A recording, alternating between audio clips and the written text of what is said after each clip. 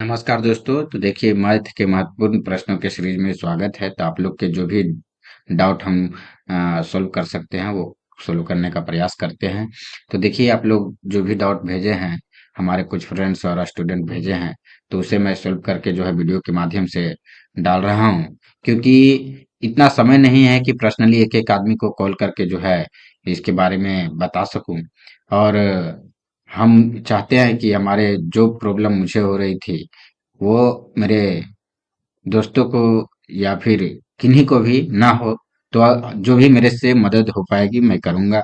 तो देखिए, हमारा पहला प्रश्न है, आप लोगों ने जो भेजा है उसमें पहला प्रश्न है कि एक दुकानदार एक वस्तु के अंकित मूल्य पर 7.5% की छूट और प्रति वस्तु 10 रुपए का कैशबैक नकदी वापस प्रदान करता है। वह अभी भी 5 रुपये वस्तु पर जो है 5 रुपये अर्जित करता है। ठीक है। तो ये जो 5 रुपये अर्जित करता है ये दुकानदार का फायदा है। वह यानी दुकानदार अर्जित करता है 5 रुपया। ठीक है। तो कह रहा कि वस्तु का अंकित मूल्य यदि 100 रुपया है तो प्रत्येक वस्तु का क्रय मूल्य क्या है। देखिए, यहाँ पे दे दिया है अंकित मूल्य यानी मार्कअप प्राइस। तो मार्कअप प्राइस हमारा दे दिया है 100 रुपीज। ठीक है। जब अंकित मूल्य 100 रुपीज है तो यहाँ पे 7.5% छूट देने के बाद जो सेलिंग प्राइस होगा वो कितना हो जाएगा।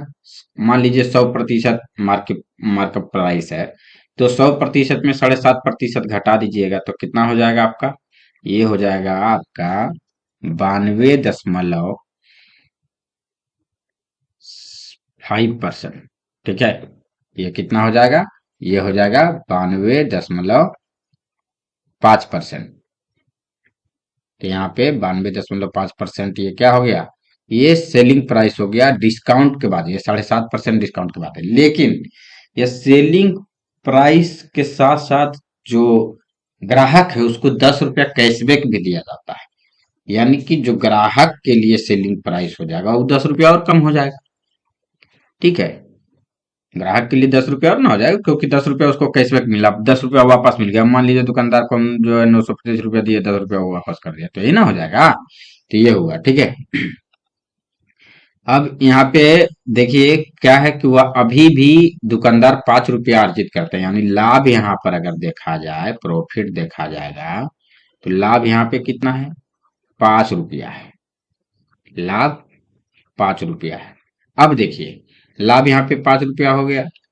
तो 5 रुपया जो यहाँ आया है, अगर आप सेलिंग प्राइस में से लाभ को माइनस करते हैं, सेलिंग प्राइस माइनस लाभ, सेलिंग प्राइस माइनस लाभ करते हैं, तो ये आपका क्या आ जाएगा, सीपी आ जाएगा, यानी कॉस्ट प्राइस आ जाएगा।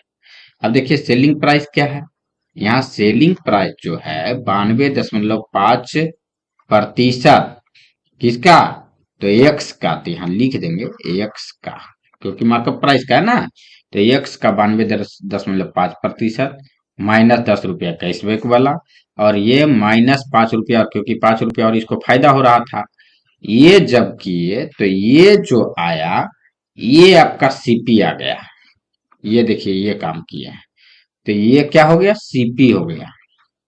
यहाँ पे कोस्ट प्राइस यानी क्रय मूल्य जो है यहाँ पे हो गया। ठीक है। अब कोस्ट प्राइस में क्या है कि जो आप ये देख रहे हैं इसको लिख सकते हैं हम, प्रतिशत है तो प्रतिशत को अगर दशमलव के रूप में बदले तो इसको लिख सकते हैं 0.925। क्यों, क्योंकि प्रतिशत का मतलब होता है बटा 100, और जब बटा 100 करेंगे तो ये जो दशमलव आपका यहाँ है वो 2 अंक पीछे हो जाएगा। तो इतना हो जाएगा एक्स, और माइनस 10 और 5 दोनों मिलके क्या हो जाएगा, 10 और 5 हो जाएगा यहाँ पे 15। तो ये हो गया आपका रियल में कोस्ट प्राइस, और यही तो निकालने बोल रहा था। तो सीपी इक्वल टू जो आंसर हो गया वो हो गया 0.925 -15। यहाँ पे -15, तो यही आंसर हो जाएगा। तो यहाँ किसमें है ये, तो ये देखिए 3 नंबर ऑप्शन जो है सही उत्तर हो जाएगा। हमारा अगला प्रश्न है कि खुदरा विक्रेता 86,000 मूल्य के खाद्य प्रोसेसर को बेचने के लिए 40% की छूट की घोषणा करता है। खाद्य प्रोसेसर का क्रय मूल्य अंकित मूल्य से 60% कम है। यदि खरीदार खुदरा विक्रेता के स्टोर का सदस्यता कार्ड दिखाता है तो 10% अतिरिक्त छूट मिलता है। सदस्यता कार्ड योजना के साथ खुदरा विक्रेता का जो लाभ है वो बिना खुदरा विक्रेता के लाभ का यानी बिना कार्ड का जो है उसका जो लाभ प्रतिशत है वो कितना है। ठीक है, अब देखिए, ये मान लेते हैं कि बेचने के 100 रुपया सेलिंग प्राइस है, मान लेते हैं, वो डाटा बड़ा है इसलिए कुछ नहीं, हम इसको मान लेते हैं कि सेलिंग प्राइस कितना है, 100 रुपया है। ठीक है, अब इसमें से देखिए क्या बोल रहा है, 40% छूट दिया, ये मार्कअप प्राइस मानते हैं इसको, ये आपका मार्कअप प्राइस, मार्कअप प्राइस मतलब अंकित मूल्य, 40% का छूट दिया, 40% छूट के बाद, छूट के बाद विक्रय मूल्य, तो 40% छूट के बाद जो विक्रय मूल्य होगा वो कितना हो जाएगा, तो 60% हो जाएगा। अब देखिए 100 का 60% कितना हो जाएगा, 100 का 60% 60 हो जाएगा, 40% लेस कर दिए, तो ये आपका विक्रय मूल्य हुआ जब उसको छूट मिला उसके बाद का। अब क्या कह रहा है कि जो अंकित मूल्य है उसका 60, उससे 60% कम जो है ना वो क्रय मूल्य है। अब मान लीजिए यहाँ क्रय मूल्य, तो क्रय मूल्य क्या हो जाएगा, क्रय मूल्य 60% कम यानी कि 40%, 100 में 60% कम कर दिए, तो 40% मतलब 40 यहाँ पर जो है वो आपका 40 रुपया यहाँ पे क्या हो गया, 40 रुपया क्रय मूल्य हो गया। अब देखिए बोल रहा है कि यदि कार्ड दिखाता है तो 10% अतिरिक्त छूट मिलता है। मान लीजिए कि विक्रय मूल्य ये था, बिना कार्ड दिखाए विक्रय मूल्य, पहला विक्रय मूल्य हो गया, ठीक है, इसको विक्रय मूल्य हो गया। अब देखिए यहाँ पे सेलिंग प्राइस 2 यानी विक्रय मूल्य 2, ये 1 हुआ, ये विक्रय मूल्य 1 हुआ, और ये विक्रय मूल्य 2 जो है 10% और छूट मिल रहा है, यानी 60 का 10% 6 रुपया और छूट मिला, तो क्या हो गया यहाँ पे 54 हो गया। अब देखिए लाभ क्या है, अगर फर्स्ट विक्रय मूल्य पर बात करें, फर्स्ट विक्रय मूल्य पर लाभ बात करें यानी प्रॉफिट 1 जो है पहला वाला विक्रय मूल्य पर, तो वो हो जाएगा 60 रुपया माइनस 40 रुपया, तो हो गया 20 रुपया। अब जो बाद में कार्ड लगाए उसके बाद विक्रय मूल्य हुआ उस पर फायदा कितना हुआ, तो देखिए 54 रुपया और माइनस 40 रुपया, सीपी तो बराबर रहेगा ना, तो यहाँ पे हो गया आपका 14 रुपया।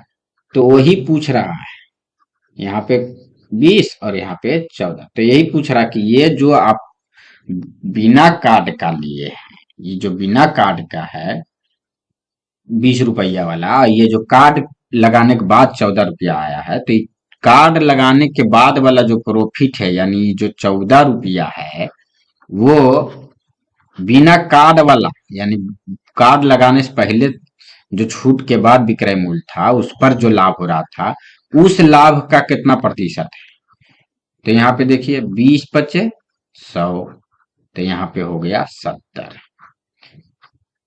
ठीक है, तो यहाँ पे क्या हो गया, 70 हो गया।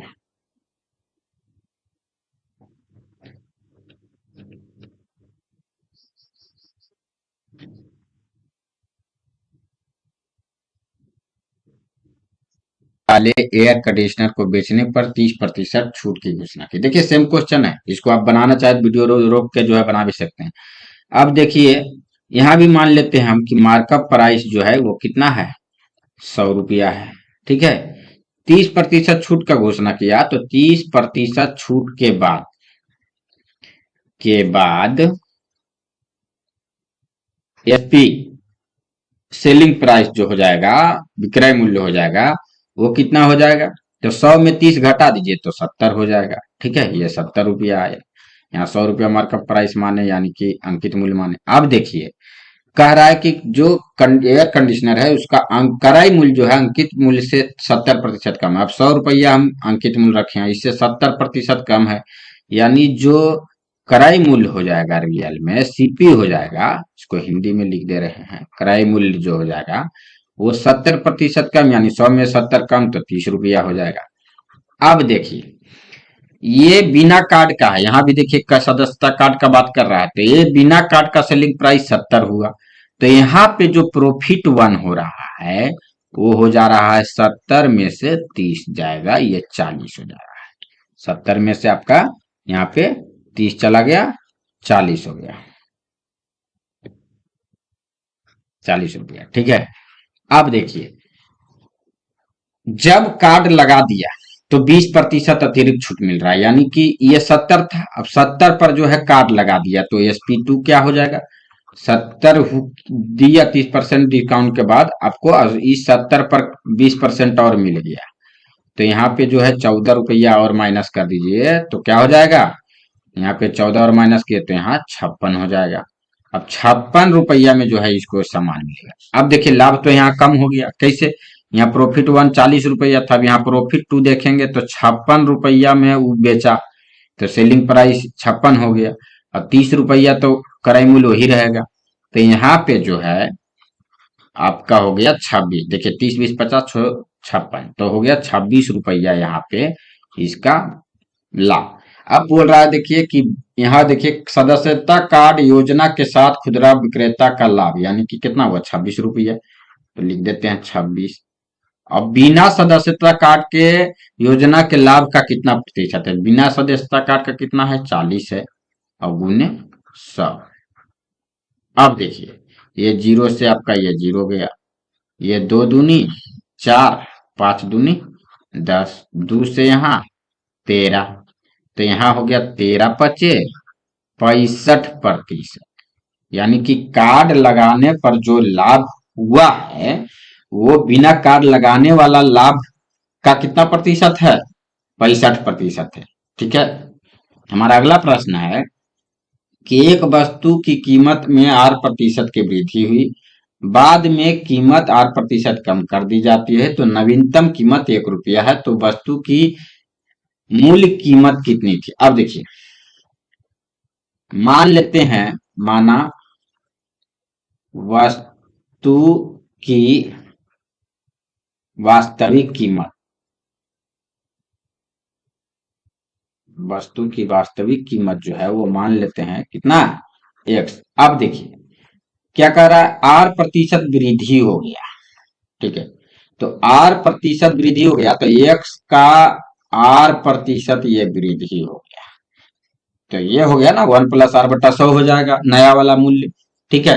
फिर क्या कह रहा है कि ये 8% का कमी हो गया, तो फिर से इसको क्या करेंगे 1 - r/100, इतना कमी हो गया। इस इतना होने के बाद जो फाइनल कीमत है, नवीनतम कीमत है, वो 1 रुपया के बराबर है, इतना के बराबर है। अब देखिए ये दो, ये क्या कीजिए, इसका एलसीएम उलसीएम लेके 100 हुआ, ये 100 + r हो जाएगा, और ये तो एक ऐसा ही है, इसमें भी 100 - r हो जाएगा, ये सब है बराबर 1। अब देखिए x बराबर क्या हो जाएगा, यहाँ देखिए a + b a - b का दिख रहा है, तो इसको लिख देंगे 100 का स्क्वायर माइनस r का स्क्वायर, अब बट्टा नीचे क्या हो जाएगा, ये 100 का स्क्वायर, क्योंकि मल्टीप्लाई में है, बराबर 1।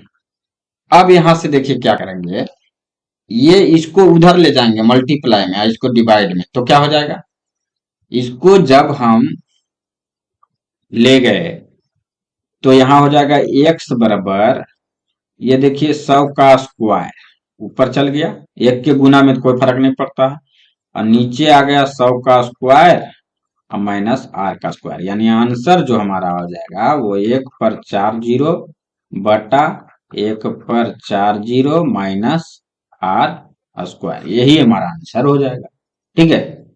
हमारा अगला प्रश्न है, यहाँ पे हमारा अगला प्रश्न हो जाएगा, तो देखिए ये क्वेश्चन क्या है कि एक डीलर 50,000 में 50 कुर्सी खरीदता है, लेकिन उनमें से 20 कुर्सियां जो है क्षतिग्रस्त हो जाती है। वो प्रत्येक क्षतिग्रस्त कुर्सी को सामान्य कुर्सी के विक्रय मूल्य के 3/4 पर बेचने का निर्णय लेता है। सामान्य कुर्सी का विक्रय मूल्य क्या होना चाहिए, ठीक है, ताकि वो पूरे सौदे पर 35% का लाभ अर्जित करे। जब जब भी ऐसा प्रश्न रहे तो देखिए क्या कह रहा है कि यह जो है सामान्य कुर्सी के मूल्य का 3/4 पर बेचने का निर्णय लेता है। तो सामान्य वाला हमको नहीं मालूम है ना, तो सामान्य कुर्सी, जो सामान्य कुर्सी होगा, कुर्सी का विक्रय मूल्य बराबर x मान लेंगे, ठीक है। अब देखिए, जो क्षतिग्रस्त कुर्सी है उसका क्या हो जाएगा, क्षतिग्रस्त, क्षतिग्रस्त कुर्सी का मूल्य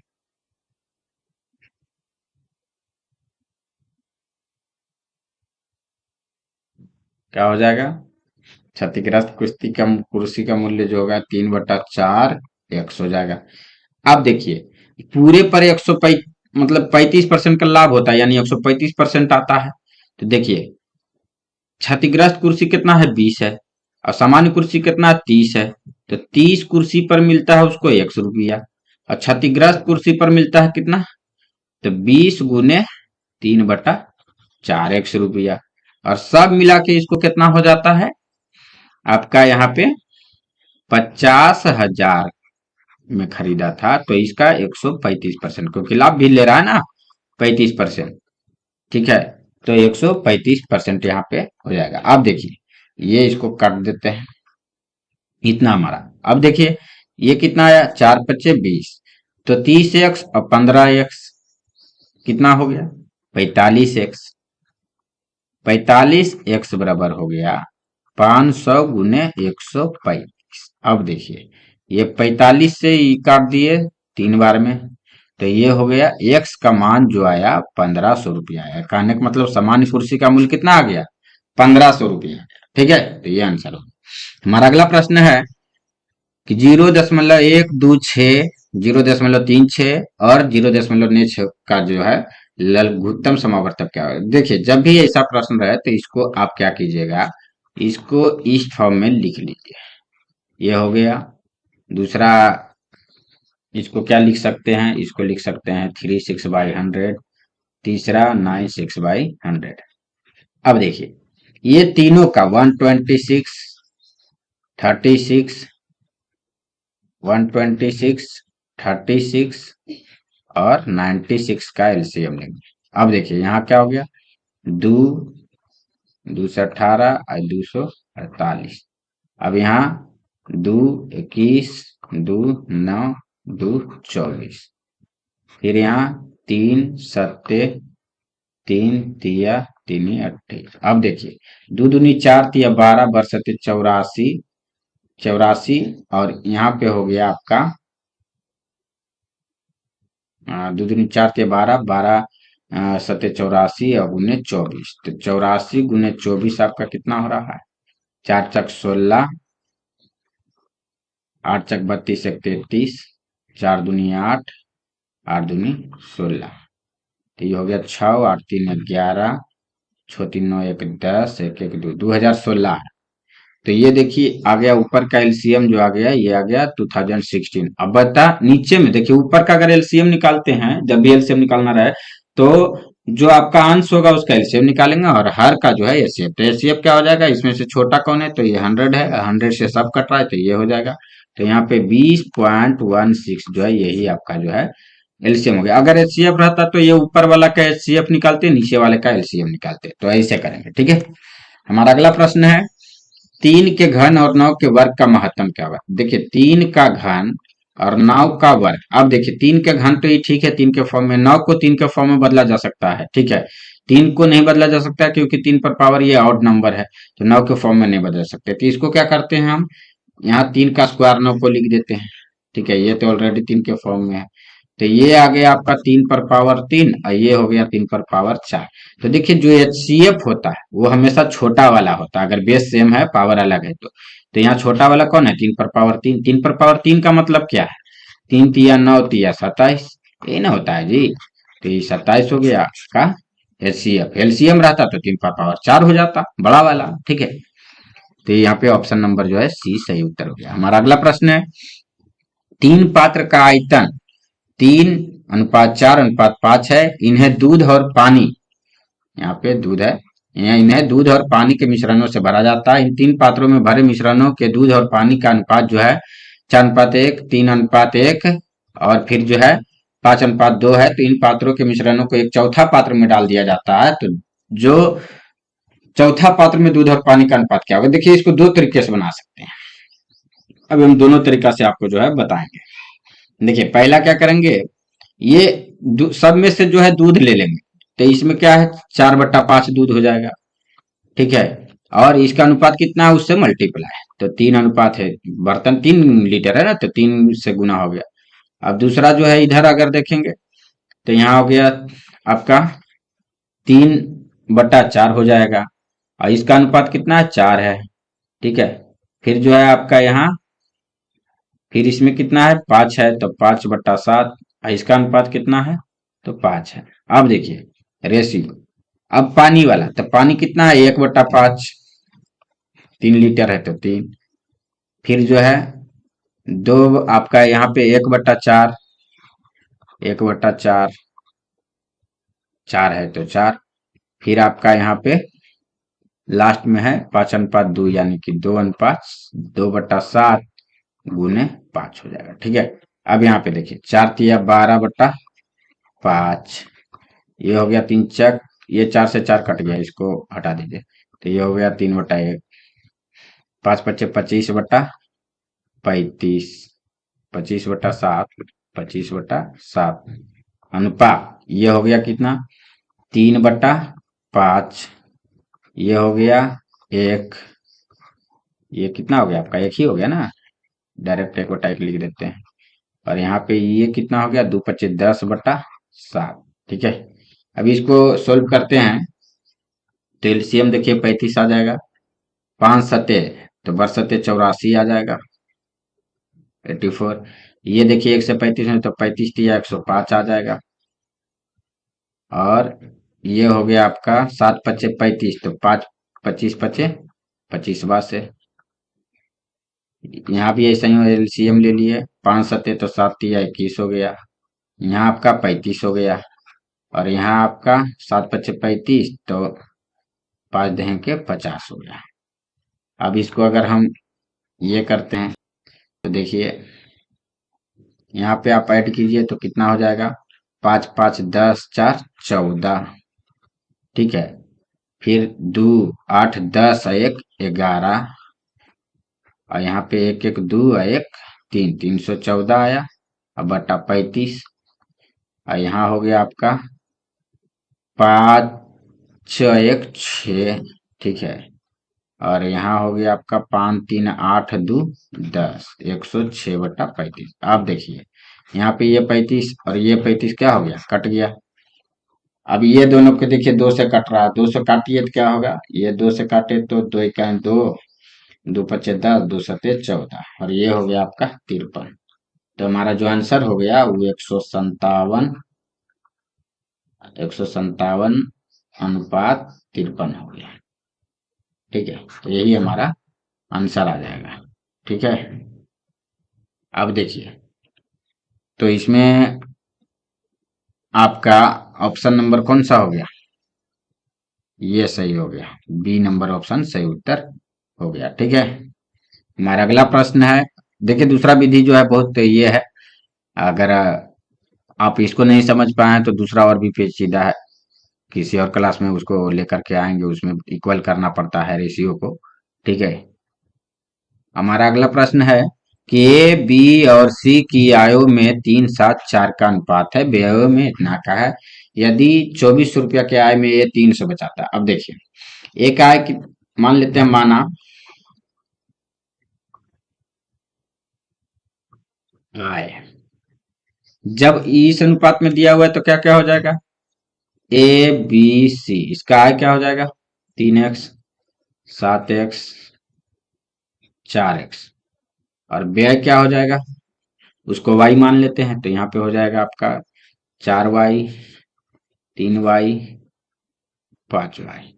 अब देखिए क्या बोल रहा है कि ए एक जो है 2400 में 300 बचाता है, यानी बचत और आय दिया हुआ है, यानी 3x बराबर दिया हुआ है, क्या दिया हुआ है, 3x बराबर दिया हुआ है आपका 2400। आय ही न हो गया, 2400 में 300 बचाता मतलब 2400 कमाता है, तो x बराबर क्या हो गया, 800 हो गया। तो इसी अनुसार देखिए, जब इसका आपका जो है x बराबर 800 हो गया, तो इसका आय क्या हो जाएगा, 7 गुने 800, तो क्या हो जाएगा 5600। इसका देखिए तो क्या हो जाएगा, 7 चाक 28, सॉरी 8 चाक 32, यहाँ पे 7 8 56 हुआ, यहाँ 7 चाक 2800 हो गया।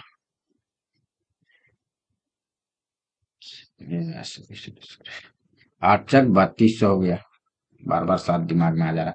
8 चाक 3200 हो गया, तो ये इसका 5600 आया है, इसका 3200। अब देखिए y का मान निकालना है, तो क्या करेंगे, ये 2400 माइनस 4y करेंगे, तो कितना दिया हुआ है इसका मान, कि बचाता है 300 रुपया, तो 300 रुपया बचा लिया।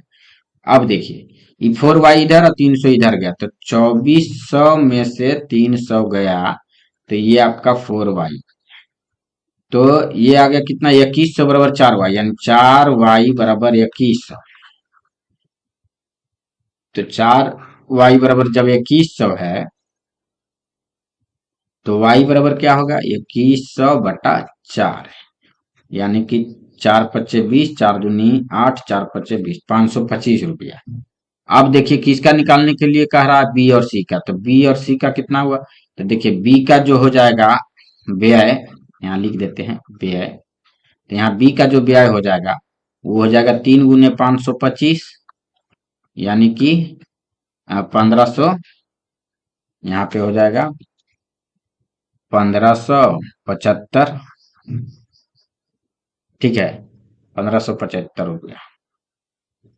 अब अगर सी की बात करें, तो यहाँ देखिए सी का निकालते हैं व्यय, व्यय सी का व्यय कितना हो जाएगा, तो सी का जो व्यय हो जाएगा वो 5y है, तो 5 × 525, तो यहाँ देखिए हो जाएगा 5 × 5 = 25, 2 × 5 = 10, 2 = 12, और 5 × 5 = 25 और 1 = 26, तो इतना हो गया 2625 रुपया। तो ये जो है हमारा आंसर आ गया। तो देखिए 1575 और 2625 कोई ऑप्शन में है क्या, देख लीजिए यहाँ पे, एक मिनट, यहाँ पे देख लीजिए, 1575 2625, देखिए चौथा ऑप्शन में है, तो ऑप्शन नंबर 4 सही उत्तर हो जाएगा। हमारा अगला प्रश्न है, पानी और अल्कोहल के 400 ml घोल में 15% अल्कोहल है, इसमें कितना शुद्ध अल्कोहल मिलाया जाए कि नए अल्कोहल में 32%। देखिए जब भी ऐसा प्रश्न रहे, तो पहले दोनों को अलग अलग कर लीजिए कि कौन कितना है। तो यहाँ देखिए पानी है और ये अल्कोहल है, ठीक है। अब यहाँ देखिए पानी अल्कोहल है, तो 400 में 85% जो है आपका क्या है, पानी है, तो और 15% जो है क्या है, वो अल्कोहल है, तो 15% कितना हो गया, तो 40 20 60 हो गया, 60 ml हो गया यहाँ पे अल्कोहल, और बाकी का 340 ml जो हो गया वो हो गया पानी। अब देखिए पानी स्थिर है, चेंज किस में कर रहा है, अल्कोहल में, तो जब पानी स्थिर है अल्कोहल में मिलाया जाता है, जो स्थिर है उसी को कैलकुलेट कीजिएगा। तो देखिए अब जब नया कैलकुलेशन करेंगे, तो पानी स्थिर होते हुए भी जो प्रतिशत में घट गया, कितना, अल्कोहल 32 हो गया, यानी पानी अब क्या हो गया, 68% हो गया। पहले ये 85 था, लेकिन अब इसी पानी को, पानी तो उतने पानी थोड़े कुछ किए, वही पानी अब मात्र 68% रह गया, यानी कि 68% बराबर हो गया 340 ml। तो 100% मिश्रण होगा टोटल, तो 100% में कितना, 100% में कितना हो जाएगा, तो 100% में 340 और बट्टा 68 और गुने 100, तो ये देखिए 34 दूनी 68 और 34 दहे के, और यहाँ देखिए 2 × 5 = 10, तो यहाँ हो गया आपका 500 ml। 500 ml अब नया घोल है, पहले 400 ml था, यानी कितना हम अल्कोहल मिला है, तो देखिए नया जो अल्कोहल मिक्स किए 500 माइनस 400, यानी 100 ml अल्कोहल जो है हम उसमें मिलाया गया, क्या मिलाया गया, अल्कोहल मिलाया गया, अल्कोहल कितना हो गया, 100 ml हो गया, तो यही हमारा आंसर हो जाएगा। तो ऑप्शन नंबर सी सही उत्तर हो गया। तो हम उम्मीद करते हैं दोस्तों कि आपको हमारा यह सीरीज जो है पसंद आया होगा, ठीक है। हम कोशिश करते रहेंगे कि आप लोग को इसी तरह जो है मैं सोल्यूशन देता रहूं, कोई भी प्रॉब्लम आए तो ठीक है, धन्यवाद दोस्तों, फिर मिलेंगे हम अगले सीरीज में। तब तक के लिए अलविदा। आप लोग खुश रहें, स्वस्थ रहें।